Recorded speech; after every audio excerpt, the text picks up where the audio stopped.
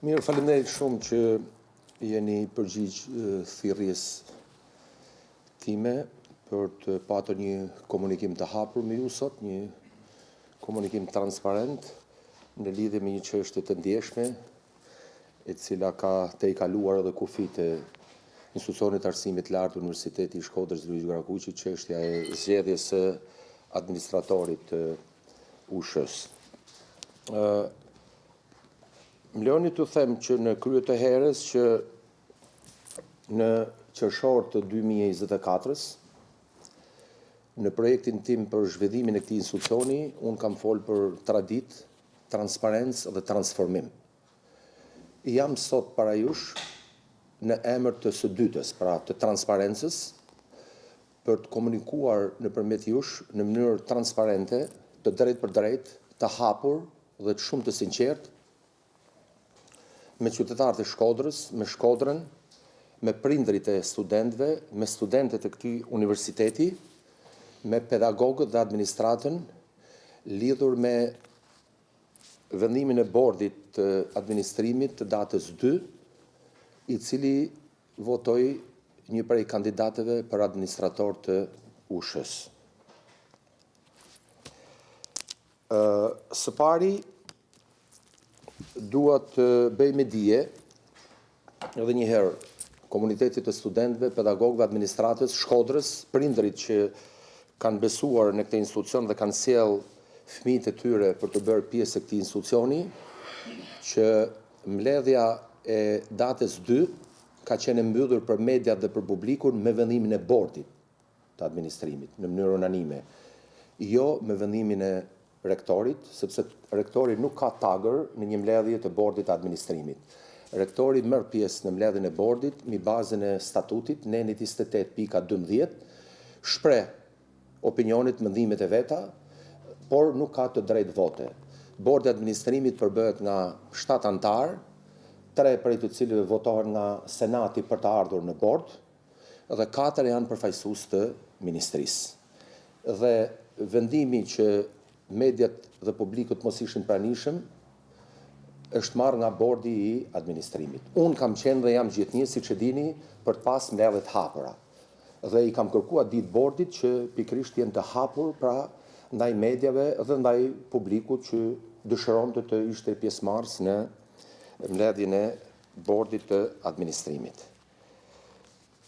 Së dyti, siç mund të jetë raportuar në ndonjë media, edhe pse në mënyrë krejt të izoluar, rektori i universitetit, i cili është në të njëjtën kohë dhe kryetari i senatit, ka kundërshtuar me argumente ligjore, mbështetur në moralitetin, në etikën dhe në integritetin akademik të institucionit, në mënyrë të vazhdueshme, procedurën që ka ndjek bordi i administrimit dhe përfundimisht edhe kandidatin e votuar prej tyre në atë mbledhje, por i cili do të vijojë pastaj të ndjekë dhe procedurat të mëtejshme administrative dhe ligjore. Qëndrimi jem ka qenë i qartë, është i qartë dhe do të jetë i qartë deri në eksplorimin e çdo lloji procedure administrative dhe ligjore për shkeljen që bordi i administrimit ka bërë të ligjit 80/2015 dhe të statutit dhe të vetë kritereve dhe dokumentacionit të vendosura nga bordi i administrimit për zgjedhjen e administratorit. Çfarë do të them me të? Me të do të them që bordi i administrimit, kur ka përpiluar dhe ka miratuar kriteret dhe dokumentacionin për të dërguar në APP, në kriteret e përgjithshme, në pikën 4, ka vendosur në mënyrë të qartë që kandidati apo kandidatet pra të mos jenë të dënuar me vendim të formës së prerë, me një vendim nga gjykata pra për kryen e një krimi. Pra vetë bordi i administrimit në të dy rastet, edhe në rastin e parë, pra në periudhën e 4 mujorin e fundit të 2025-s, kur patnis procedura për zgjedhjen e administratorit, një prej kandidatëve, i cili edhe pse u listua i pari nga dosja dhe nga intervista, bordi me të drejtë, një kandidat potencial pra për të qenë administrator, I cili edhe herë thash kryesonte me pikë në raport me kandidatë tjerë, bordi e përjashtoi atë dhe siç ju e dini, faza e parë përfundoi pa fitues. E njëjta procedurë është ndjekur edhe kur bordi pas dështimit të përpjekjes së parë riholli kriteret dhe dokumentacionin për zgjedhjen e administratorit. Në këtë mbledhje, e cila ka zgjatur rreth 5 orë, unë jam përpjekur të jem shumë argumentues dhe të flas hapur me anëtarët e bordit për rëndësinë e institucionit administratorit në Universitetin e Shkodrës Luiq Gorakuqi. Duhet kemi diçka të qartë që administratori I një IAL-je, pra institucionit arsimit lartë, siç është universiteti, nuk është dikush që merret me tulla, me klasa apo me roje vetëm. Administratori I universitetit administron fondet të kërkimit shkencor, administratori I universitetit merret me projekte evropiane, kështu që në këtë kuptim edhe për administratorin kërkohen shprehi pune, kërkohet një gjykim I shnosh, kërkohet një kompetencë e madhe profesionale, ekonomike, financiare, juridike, kështu me radhë, pa diskutim që dhe shprehi gjuhe në mënyrë që të administron këto fonde në mënyrë sa më të drejtë. Me fjalë të tjera, një institucion serioz duhet që përveç titularit të institucionit që është rektori, të ketë një administrator dinjitos dhe të aftë dhe të di të administroj gjithçka që unë thash më sipër. Madje në mbledhjen e bordit, në mënyrë fare të qartë dhe transparente, por siç më pas edhe disa media serioze I kanë bërë të qarta dhe I kanë publikuar pyetjet që unë ja kam drejtuar bordit, sepse një kopje të këtyre pyetjeve unë atë ditë ja kam vendosur para çdo antarit të bordit, ne kemi qenë shumë të qartë dhe unë natyrisht sepse unë përfaqësoj edhe senatin, përfaqësoj trupin mësimdhënëse, administratën dhe studentët, kam drejtuar disa pyetje themelore për të orientuar bordin për të shkuar drejt një vendimi në përputhje me ligjin, por duke respektuar edhe moralitetin, etikën e institucionit dhe integritetin akademik. Unë do të nënvizoj këtu me ju vetëm 2 prej tyre. Sepse natyrisht kam edhe kopje të tjera dhe ju mund t'i keni këto në dispozicion, por pyetja parë që unë jam drejtuar bordit ka qenë: si e justifikoni faktin që për të njëjtin kriter të miratuar unanimisht nga ana atyre, pra në përpjekjen e parë, si detyrues apo përjashtues për gjithë kandidatët për pozicionin administrator I USH-s, siç është të mos jeti dënuar me vendim të formës së prerë të gjykatës për kryerjen e një krimi, në 2 procedura të konkursit publik të njëpasnjëshme mbani qëndrime të ndryshme. Duke të cënuar në këtë mënyrë lishmërinë e procesit, objektivitetin në vendimmarrje, si dhe parimin e trajtimit të barabartë dhe mos diskriminimit. Dhe unë kam krahasuar aty të 2 rastet kur njëri u përjashtu nga gara, nuk u shpall fitues, edhe pse kryesonte me pikë, ndërsa tjetri me të njëjtat kritere, e njëjta shkelje, ai u votu, siç ju e dini, me rezultatin 6-1 nga anëtarët e bordit. Natyrisht vota e cila ishte kundër dhe dëshiroi publikisht ta falenderoj ka qenë kryetari të bordit të administrimit, sepse edhe qëndrimet e tija kanë qenë publike në raport me lishmërinë zotit Adrian Leka. Së dyti, jam drejtuar bordit me pyetjen tjetër duke thënë se trajtimi I ndryshëm I kandidatëve në një procedurë rekrutimi në të njëjtën situatë, për të njëjtin shkak, përbën diskriminim të drejtë për drejtë, në të drejtën për punësim dhe legjitimon të drejtën e personit të trajtuar në mënyrë të pafavorshme në raport me tjetrin për të kërkuar dëmshpërblim monetar, duke sjellë humje financiare dhe dëm ekonomik të konsiderueshëm, referuar vlerave të larta që akordon gjykata si kompensim në rastet e konstatimit të diskriminimit. Ka qenë një debat edhe me kriteret që janë vendosur në raport me dosjen dhe intervistat. Ne kemi një rregullore punësimi që është detyruar edhe për bordin e administrimit, I cili përdor koeficientin për të listuar kandidatët fitues në raport me dosjen dhe në raport me intervistën, gjë që nuk ka ndodhur dhe vlerësimi ka qenë tërësisht subjektiv. Për shembull, një antare e bordit, e cila në vlerësimin e dosjes I jep njërës për I kandidatëve, zonjës Kozeta Jana, i jep 50 pikë, në intervistë kjo apo ky antar i bordit i jep disa herë më pak, i jep shumë pikë më pak, pra në raport me pikët maksimale që ka marrë të dosja. Në kohë kur s'janë realizuar fare intervistës, s'ka pas asnjë intervistë të strukturuar apo gjysmë të strukturuar që kandidatët, madje janë ankuar, nuk kanë pas mundësi që t'japin edhe vizionin për zhvillimin, pra për zhvillimin e institucionit. Unë më poshtë do nalem edhe të pikë konkrete që ato kanë dhënë, por që kjo ka qenë në shkelje flagrante, si thush, edhe të ligjit edhe të rregullores së punësimit.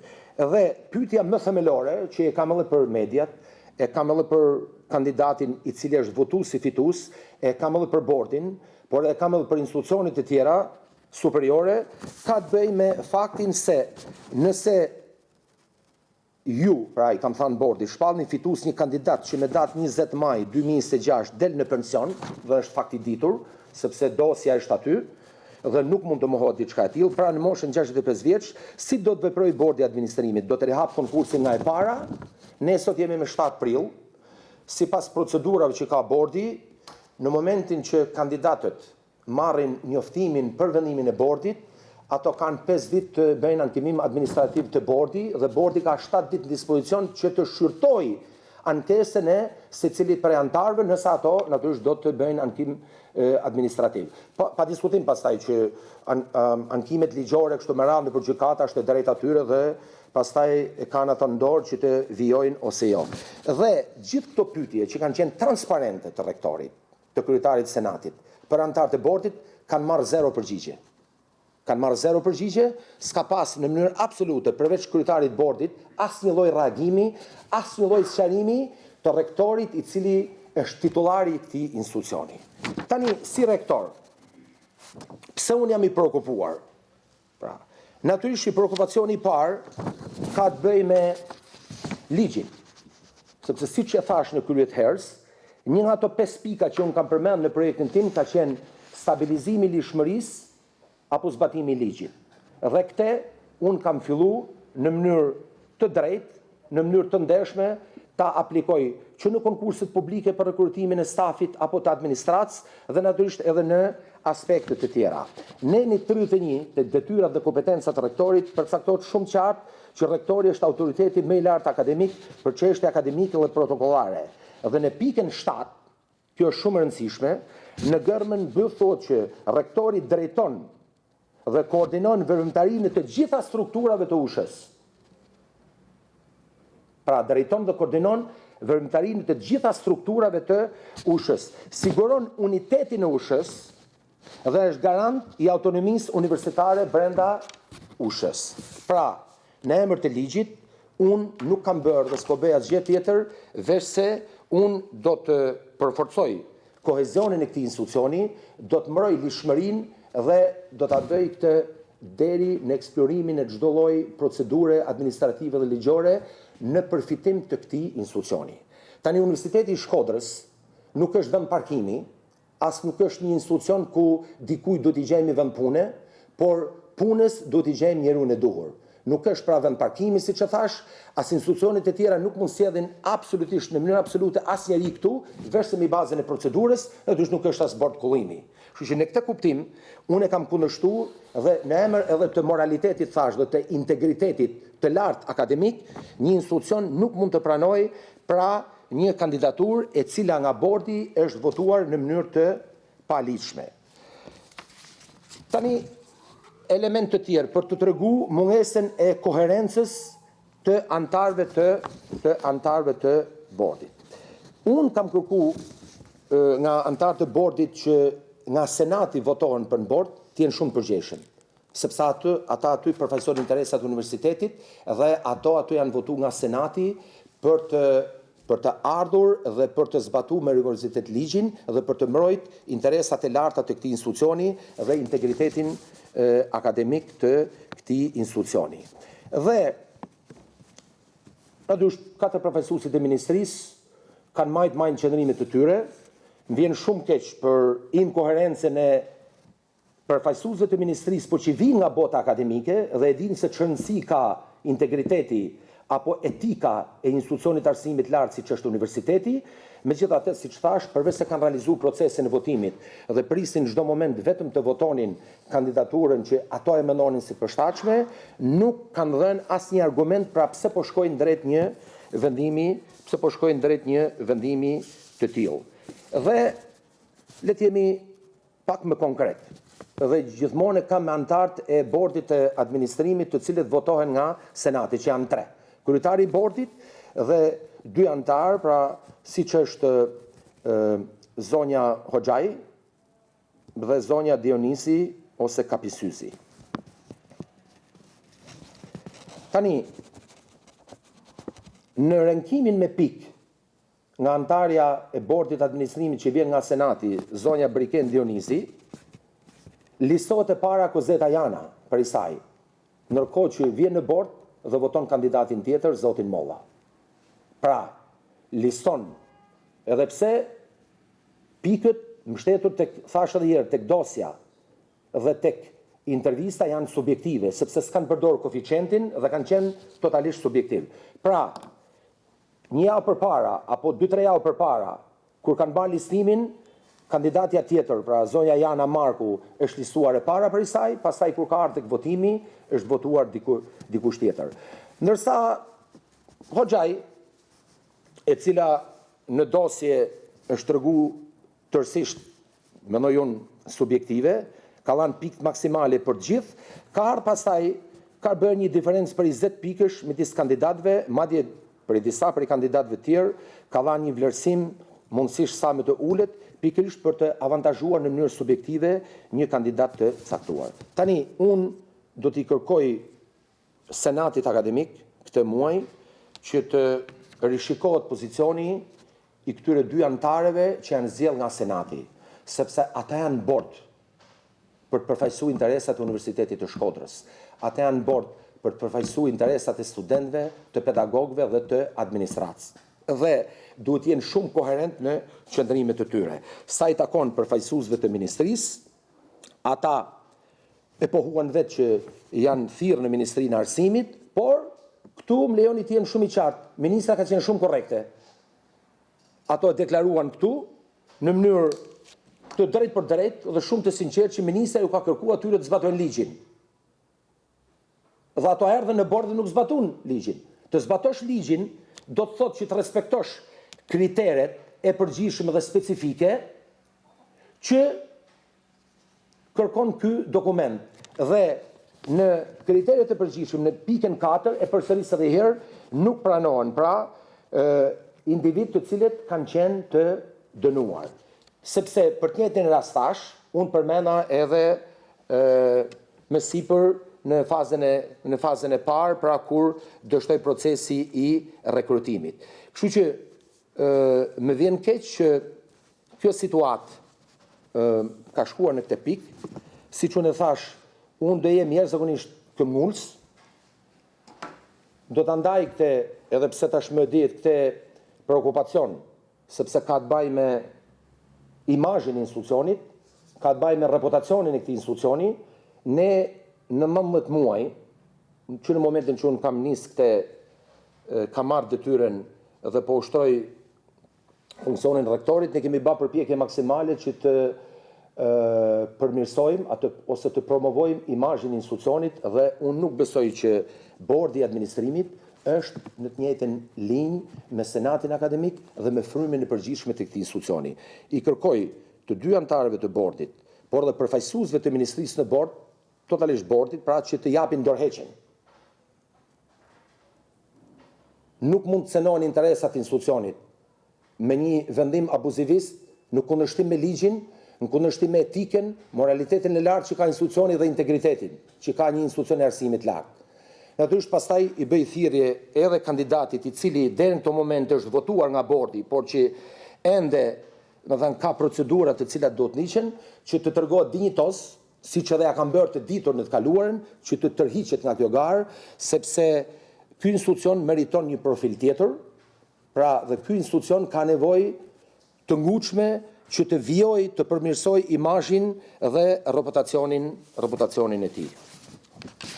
Tani unë jam krejt i hapur për pyetje, por do ju lutem që pyetjet të jenë të përqendruara vetëm për çështjen e administratorit, jo për çështje tjera, sepse pastaj ne do kemi komunikime të tjera së bashku, siç i realizojmë çdo muaj, edhe në mbledhje Senati, por edhe në evente të tjera. Dëshiroj ta mbyll herë duke i bërë thirrje stafit, administratës, studentët që të qëndrojmë.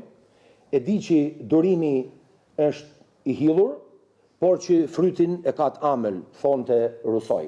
Kështu që unë jam i vendosur që të jem sa më i duruar të ndjek çdo procedurë administrative dhe ligjore që në fund të këtij procesi ne të japim këtij institucioni një administrator të aftë, pra një administrator të përkushtuar dhe që është në përputhje me kriteret e vendosura nga vetë bordi i administrimit. Faleminderit. Profesor, ju folet në mbyllje të fjalës tuaj ose bët thirrje për ndërheqje të dy palëve. Por cilat janë rrugë tjera ligjore që ju do të ndiqni personalisht? Ka rrugë ligjore që si rektor mund të ndiqni për ta bllokuar marrjen e detyrës nga zoti Molla? Jo, nuk është qëllim vetë bllokimi i marrjes së detyrës.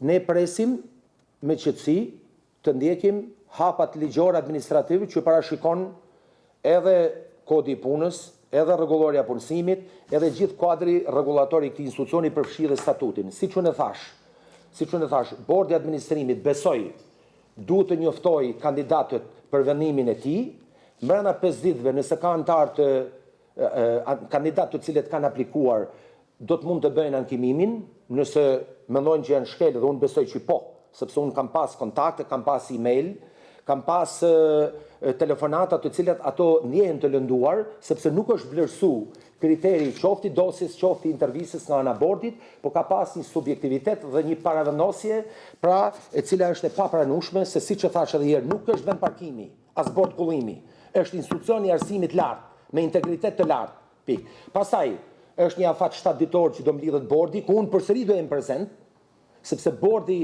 nëse ka ankim administrativ nga njëri prej kandidatëve, ka detyrimin të t'i dëgjoj edhe të mundësisht të rishqyrtoj vendimin që ka marrë me datën prill, çka është nisur nga këto pyetje që unë kam drejtu, nisur nga lishmëria, nisur nga jehona që ka pas një çështje tjetër, reagimi qytetar. Se tani ne jetojmë në këtë realitet. Ne jemi shumë të lidhur si institucion me komunitetin, me Shkodrën. Shkodra shumë e lidhur me këtë institucion po ashtu, dhe ne kemi pa gjatë këtyre ditëve reagimin e qytetarëve, të individëve të ndryshëm, të personaliteteve kështu me radhë, dhe ka qenë një vendim të jetë i gabuar i bordit, dhe unë i bëj thirrje që ta rishikojnë këtë vendim, t'i marrin parasysh këto hapësira të ankimimit dhe pa diskutim për këtë damkosje që ato i kanë bërë me këtë vendim këtij institucion, unë absolutisht kërkoj dorëheqjen atyre, do ta diskutoj me Senatin, nuk jam unë që vendos, unë jam një vot, por Senati ka detyrimin të kërkoj llogari antarëve të Senatit të cilët kanë shkuar në bord për të përfaqësuar interesat financiare, ekonomike të këtij institucionit, por siç e thash edhe herë, nuk është kaq i thjeshtë që administron roje, apo klasa, apo llaç, apo tull, apo thash ka të bëjë me fonde kërkimore, ka të bëjë me vizion, si administron financat, ekonomia e këtij institucioni, dhe pa diskutim edhe projekte evropiane, sepse jetojmë në një kohë krejt tjetër, raportet me Thesarin, raportet në institucionit e tjera, raportet me KLSH-n e kështu me radhë. Dhe për të thënë, për ta përforcuar diçka në vijim të pyetjes suaj, unë kam ngritur dhe kam edhe për ju pyetjen, dhe s'kam unë asnjë gjë personale, në mënyrë absolute. Si do veprohet me këtë kandidat, po marrim teorikisht sikur ai nesër nga bordi kanë përfunduar të gjitha hapat dhe ai do emërohet nga kryetari i bordit në pozicionin e administratorit. Tani, në një hapësirë kohore për një muaj, unë do jem shumë fair edhe me ato kolegë të tjerë, qoftë në linjën akademike apo administrative që kanë dalë në pension. Unë do t'i dërgoj letrën e daljes në pension, sepse atëherë a mund të fillohet puna sot dhe ju merr njoftimin nga institucioni ku jeni punësuar që të dilni në pension me 20 maj, se tu do jem shumë fair, se është raporti KLSH-s shumë i qartë. Dhe unë nëse kam bërë diçka këto 19 muaj ka qenë jo kompromis me asnjë individ kur i ka ardhur koha daljes pension. Rektori ka tagrin për të shtyr pensionin një vit, një pedagogët i cili është me titull profesor, jo kategoria profesor. Edhe kam qenë shumë rigoros në këto 19 muaj dhe do jem shumë fair edhe në lidhje me një çështje të tillë. Prandaj i bëj thirrje që kontriboj diku tjetër, Akord? Ka vlerat e veta, natyrisht mund të ketë shprehi të tjera, po them pune, apo diku tjetër, por mendoj që kandidatura nuk është e përshtatshme, nisur nga natyra apo profili që ka një institucion e arsimit lartë, siç është Universiteti i Shkodrës Luigi Grakuqi, por gjitha institucionet publike të arsimit të lartë. Profesor thatë nuk është as bord kullimi as vend parkimi universiteti. Në kuptoni që ka patur ndërhyrje politike në sjelljen e zotit Molla?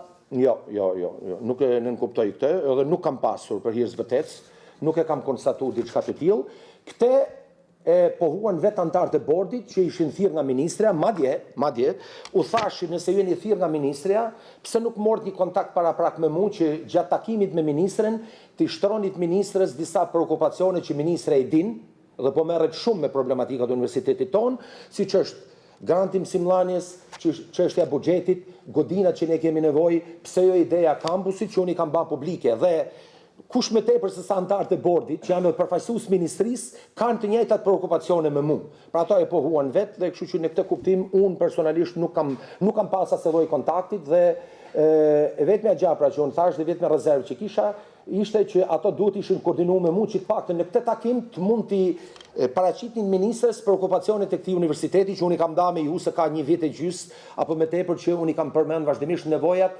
urgjente që ne kemi për rekonstruksion për këtë godinë të rektoratit që daton që nga 94-shi apo godinat e tjera që datojnë në 57-ën.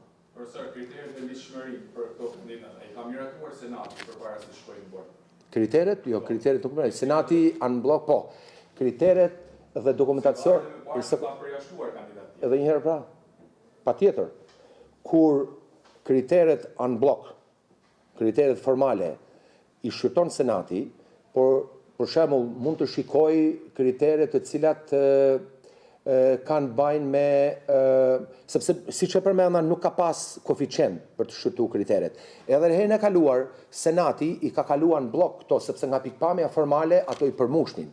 Mirë po, pas kësaj media, raportimet të tjera kanë siç ndodhi me rastin e kandidatit në Vjenez që e përmend, por është një kandidat shumë i nderuar dhe ka dalë me dosje shumë mirë zoti Gusha, që do ishte në fakt një administrator krejt i mirë, pasi a shpall fitues me pikë, si rezultati i verifikimit të dokumentacionit, apo si rezultat edhe i daljes qoftë edhe nga media, sepse ju prandaj jeni, për interesin më të lartë publik, bordi e mori në shqyrtim emrin e tij dhe pikërisht për këtë kriter e përjashtoi atë nga fitues, sepse edhe ai ishte shpall fitues. Njëjtën gjë unë i kam kërkuar bordit. Pra, Senati kalon emrat on block, sepse kaq ka të drejtë Senati, ndërsa kriteret dhe dokumentacionin i shpall bordi dhe ja çon agjencisë publike, agjencisë së prokurimit publik. Mund të jetë objekt një vendim i 89-s për cilin Shqipëria i ka hedhur poshtë gjitha dënimet, qofshin ato politike dhe penale. Nuk e di.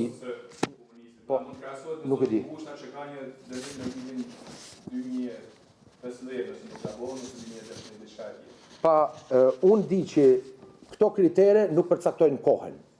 Tani çështjet e tjera i takojnë organeve kompetente të drejtësisë. Unë jam rektori. Pra, këto kritere që vetë bordi i ka miratu, nuk përcaktojnë kohën. Madje unë në Senat, këtë që thoni ju, unë kam qenë në të njëjtën linjë në Senat, si kryetar Senati, dhe kam thënë, nëse dënimi ka të bëjë me periudhën para viteve 90, është politika apo diçka tjetër, le të verifikohet. Dhe pas verifikimit, dhe këtu ka qenë shumë i qartë dhe kryetari i bordit, ka dalë që situata e kandidatit i votuar me shumicë nga bordi është e njëjta me situatën e kandidatit i cili është rrëzuar disa muaj përpara. Kanë kaluar 20 vite. Tani kjo është përgjigja jeme, tani ne nuk mund ta bëjmë. Kjo është përgjigja që unë po jap për këtë rast dhe unë edhe herë në pyetje edhe herë, në pyetjen nëse pra për ligjshmërinë pra dhe unë tek mos hym në emra konkret, se ju lutem, se jam treguar shumë etik. Edhe tek letra që i kam dërguar bordit kam thënë, ju sjell në vëmendje rastin e kandidatit A, i cili u skualifiku nga ana juaj edhe pse i renditur i pari me pikë pasi rezultoi se kishte qenë me pari dënuar për veprën penale e tjerë. Aktualisht e njëjta situatë rezulton edhe për kandidatin B. Kështu që kjo është përgjigja ime, palë janë të lirë të ankimojnë, siç kanë ndodhur në rastin më parë, dhe bordi përsëri nuk e ka marrë parasysh. Dakor. Dhe tu nuk përcaktohet koha. Çështjet e tjera nuk më përkasin mua. Se s'keni marrë pjesë në procedurën e parë në bordit, kur sërish kemi pas në me një person që ju e thoni të dënuar. Në shtagër jemi, sepse unë mora vesh që bordi do kishte një qëndrim korrekt dhe bani shumë mirë që s'kualifikoj. Dhe kur bordi pat një kohezion, pat një mirë kuptim që ne nuk do ta marrim parasysh, atë s'kishte arsye. Pastaj unë sa më detyruar, unë në mbështetjen e 28.12, rektori merr pjesë me kërkesën e tij ose kur e fton bordi. Nuk jam i detyruar, do thënë unë marr pjesë kur e konsideroj një çështje në një interes të lartë publik por sidomos për universitetin që unë e drejtoj dhe mbi bazën e ligjit 80/2015 unë jam titullar i institucionit dhe kam përgjegjësi për këtë institucion. Jo vetëm ligjore, por siç e thash edhe akademike, edhe morale, etike, administrative, financiare kështu me radhë, se kjo është autonomia e universitetit. Dhe prandaj ligji ka parashikuar që rektori është përgjegjës për unitetin dhe për garantimin e koordinimit të gjitha strukturave. Shiko, administrata dhe bordi i administrimit janë në funksion të linjës akademike, sepse një universitet prodhon diploma cilësore, apo jo. Kështu që të gjitha ato janë në funksion, tu s'ka pavarësi, pra ku është pavarësia këtu? Kur njëri kandidat konsiderohet ndryshe, ndërsa tjetri pra trajtohen në mënyrë, pra të njëjtit kandidat me të njëjtat kritere, me të njëjtin dokumentacion, ato trajtohen në mënyrë të diskriminuar. Unë e kam bërë ditur shumë të qartë aty, edhe atë ditë bordit, por ajo që po du me thanu në dhe herë, edhe besoj ty t'jemi të qartë është që unë kam qenë shumë i vendosur dhe jam shumë i vendosur pra që unë të kundërshtoj një kandidat të tillë. Kjo është shumë e qartë. Dakor? Kështu që çdo lloj aludimi tjetër, çdo lloj interpretimi apo ku diun çfarë s'keni parë në këtë periudhë sikur unë gjoja, sepse u tha që unë kam gjerë dhe mediat, që është një absurditet. Pra, kur vendimi, ju e dini se ke qenë prezent. Bile ju keni qëndru në katin e dytë, dhe unë i kam kërku kryetarit bordit, i kam thënë, sa ko keni marrë një vendim që publiku dhe mediat të jenë, mos jenë pranishëm, të jenë jashtë godine, jo në katin e dytë, ku administrata ime intimidohej, sepse ti kur shikon koridor njerëz të panjohur, natyrisht nuk është krejt normale. Unë i kam kërku të largoshin dhe ato pastaj me herë janë largu. A ju pasjellët një rama ju si rektor, si shta kryetari Leka? Unë nuk e kam dëgju kryetarin Leka. Rektor, ne po diskutojmë me administratorin, se unë për rektor kam marrë dhe kam fitu garen. Apo jo, e dini shumë mirë. Dhe nëse zgabom, jo, në mënyrë absolute.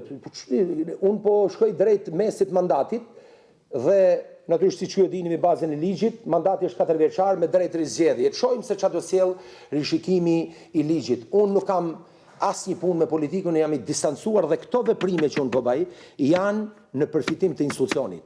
E kam treguar këtë edhe vitin e kaluar dhe ju e dini shumë mirë. S'kam unë fare punë me politikën, natyrisht unë bashkëpunoj me gjithë faktorët politik, të cilët përkthehen në ekzekutiv në nivel lokal ose nivel qendror, në mënyrë që të jenë sa më afër Universitetit Shkodrës, qoftë për aspekte që lidhen me buxhetin, me rikonstruksion apo me elemente të tjerë që në fund të ditës përmirësojnë cilësinë e këtij institucioni, qoftë nga pikpamja akademike ose pikpamja financiare apo infrastrukturore.